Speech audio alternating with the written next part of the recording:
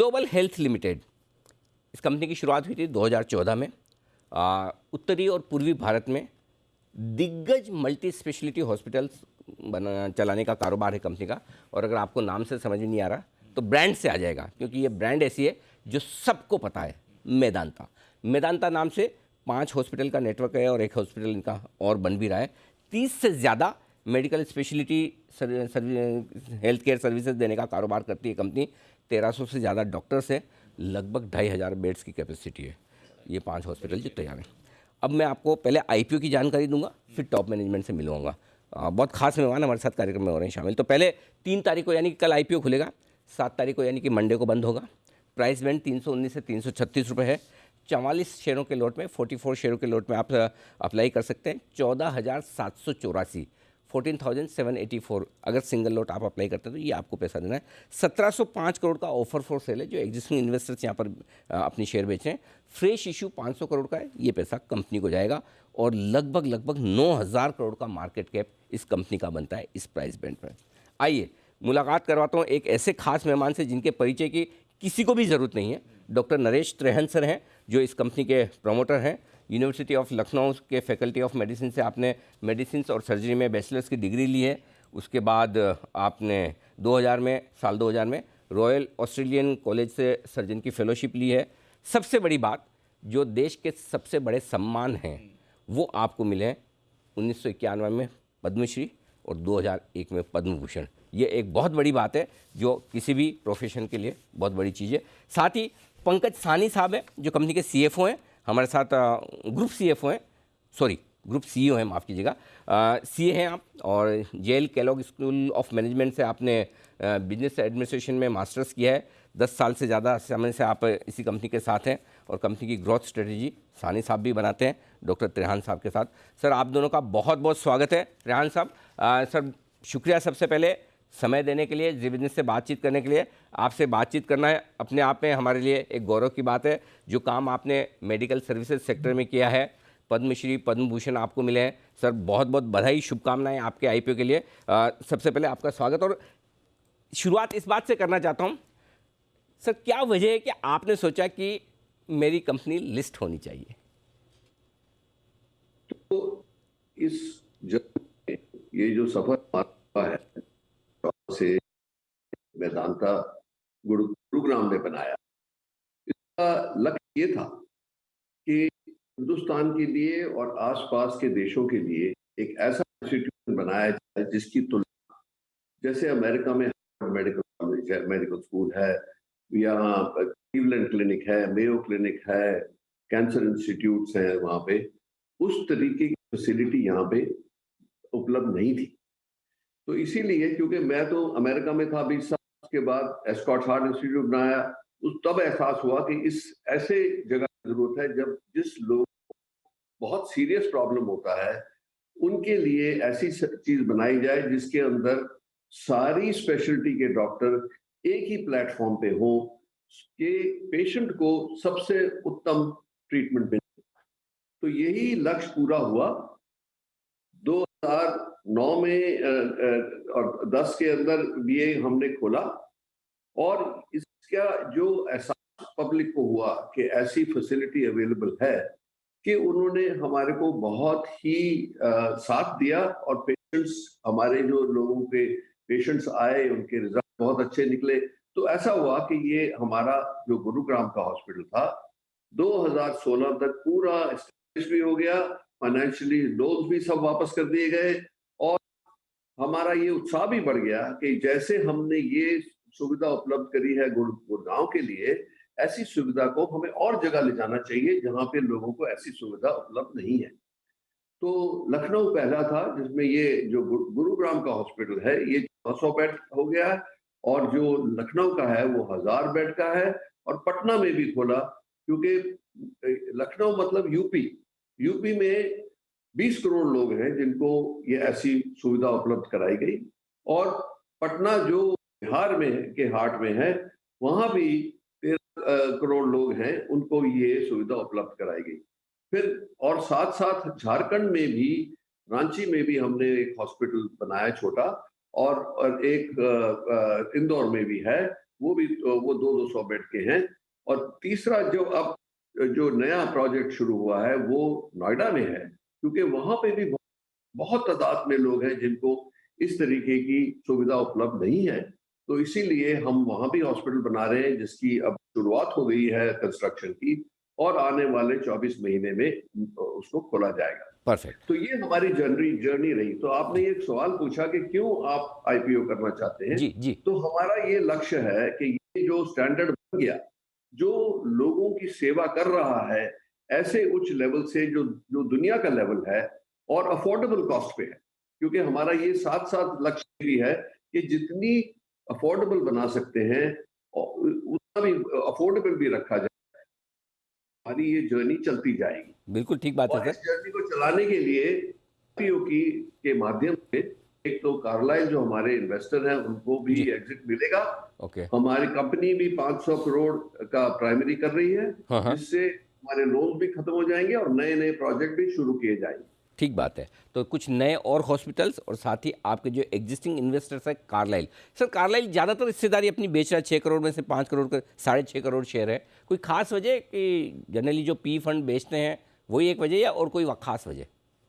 नहीं, उनकी लाइफ की फंड होती है, जी, फंड की लाइफ होती है, जो जी, वो लाइफ खत्म हो गई और बीच में फिर कोविड आ गया तो वो जी। थोड़ा डिले हो गए। तो इसीलिए ये एग्जिट उनको देना था, क्योंकि फंड लाइफ पे डिपेंड करता है। हुँ। तो इसीलिए वो अच्छा है कि उनका उनका जो रिडेम्पशन कर लें वो अपने फंड की, सो दैट लोगों को उनके पैसे भी वापस मिल जाए, जो मुनाफा है वो भी मिल जाए। तो इसीलिए ये फैसिलिटी करी गई है। सानी साहब, 375 करोड़ रुपए जो आईपीओ से आएंगे, आप उसका इस्तेमाल अपने कर्ज कम करने में करेंगे, राइट सर? सो उसके बाद किस तरह के कर्ज रह जाएंगे, और कर्ज को लेकर आगे आप कंफर्टेबल लेवल्स पे रहे हैं यहीं, या आगे कम करने का इरादा रखते हैं? जी, आज आज के दिन जो हमारी जो बैलेंस शीट है वो वैसे काफ़ी मज़बूत है। हमारे पास आज के दिन जून 30th की जो बात की जाए तो 500 करोड़ के आसपास का कैश अभी हमारी बैलेंस शीट में है। हमारे पास आज के दिन 800 करोड़ के आसपास के जो लोन्स बचे हुए हैं, तो जिसे कि हम कहते हैं नेट डेट, वो नेट डेट की पोज़ीशन सिर्फ़ 300 करोड़ रह जाती है। कंपनी में आईपीओ के थ्रू 500 करोड़ पैसे आएँगे। 500 करोड़ में जैसे आपने बताया 375 करोड़ जो रुपए हैं वो हम अपने लोन्स को वापस इस्तेमाल करेंगे। जो हमारे लखनऊ, नोएडा जो हॉस्पिटल्स हैं, उनको बनाने के लिए जो लोन्स ली गई वो हम वापस करने का प्लान कर रहे हैं। इससे क्या होगा कि जो हमारा जो इंटरेस्ट कॉस्ट है, वो इंटरेस्ट कॉस्ट बच जाएगा, हमारी बैलेंस शीट और भी मजबूत हो जाएगी और जो आगे आने वाली जो ग्रोथ है, हम उसके लिए बिल्कुल तैयार हैं। सानी साहब, एक बात और बताएं कि वैसे मैं आपकी टॉप लाइन देख रहा था, जो सेल्स रेवेन्यू जो है बहुत इंप्रेसिव ग्रोथ है पिछले 3 साल में। मार्जिन्स भी आपके बहुत तेज़ी से बढ़कर आए हैं, काफ़ी इम्प्रूव हैं। क्या ये मेंटेन रह सकते हैं, बेहतर हो सकते हैं? क्या रीजनेबल ग्रोथ, रीजनेबल मार्जिन्स लोग एक्सपेक्ट कर सकते हैं आपकी कंपनी से?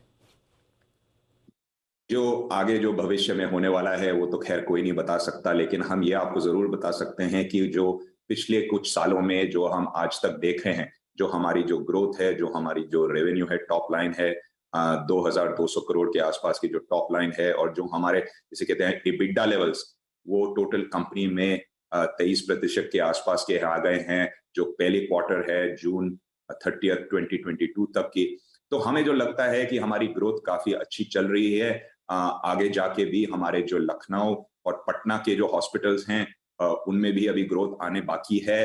वो अभी जो लखनऊ जो हॉस्पिटल है वो करीब 500 बेड के आसपास है, वो अभी आगे जाके 1000 बेड भी बनेगा।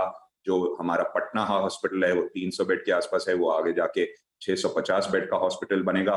और जो हमारे गुड़गांव की जो फैसिलिटी है जिसमें ऑलरेडी काफी साल से जो चल रहा है, वहां पे भी हम देख रहे हैं कि हमारे नए डॉक्टर्स, नए स्पेशलिटीज, नई ऑक्यूपेंसी सारी है।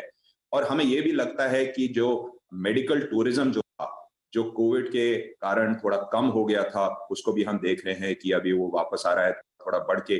तो हमें जो लगता है कि आगे जाके जो ग्रोथ है जो शॉर्ट टर्म में वो भी अच्छा रहेगा। और आगे हम आज की डेट में 2500 बेड के आसपास का जो नेटवर्क है वो आगे जाके 3500 तक बनेगा।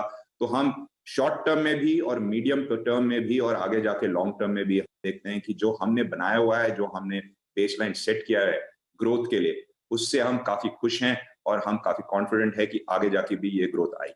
परफेक्ट। डॉक्टर त्रेहान सर, अभी आपके ज़्यादातर हॉस्पिटल जैसे आपने बताया लखनऊ, नोएडा, पटना, नॉर्थ और ईस्ट में है। अब आईपीओ के बाद क्या आपका ज्योग्राफिकली भी और दूसरे एरिया में जाने का इरादा है, या आप इस स्पेस में अभी बहुत मौके देखते हैं और वहीं रहना चाहते हैं? नहीं, यकीनन हम तो जाएंगे जहां पे लोगों को जरूरत है। जी।